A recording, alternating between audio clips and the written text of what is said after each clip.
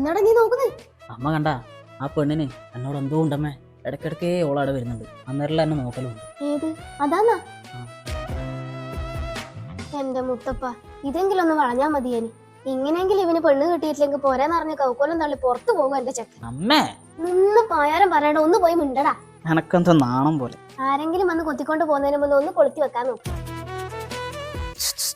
ആ ഞാൻ അങ്ങോട്ട് വരാനിരിക്കലാണ്. അപ്പോഴേക്കും ഏട്ടൻ ഇങ്ങോട്ട് വന്നാ? ഏട്ടനാ ഒന്നുകൂടി വിളി. ഏട്ടാ പറ മോളെ, ഏട്ടനോടൊന്ന് പറയാനുള്ളേ. അത് പിന്നെ പറഞ്ഞു മടിക്കണ്ട. ഒരു പോളിസി എടുക്കുക. അപ്പുറത്തെ വീട്ടിലെ അച്ചാച്ചനെല്ലാം എടുത്തിന്.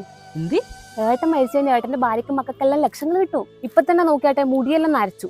കുറച്ച് കഴിയുമ്പോൾ കഷണ്ടിയാവും. പ്രായം വല്ലാണ്ടാവുന്നതിന് മുമ്പ് ഒരു പോളിസി എടുത്താൽ പ്രീമിയം കുറക്കാം. കഷണ്ടി പ്രേമത്തിന്റെ ലക്ഷണം, അല്ലാണ്ട് പ്രായത്തിന്റെ അല്ല. കുട്ടി അത് അറിയാതെ പോയി. പെണ്ണ് കിട്ടാത്തവരെ ഇങ്ങനെ അവമാനിക്കരുത് കുട്ടി.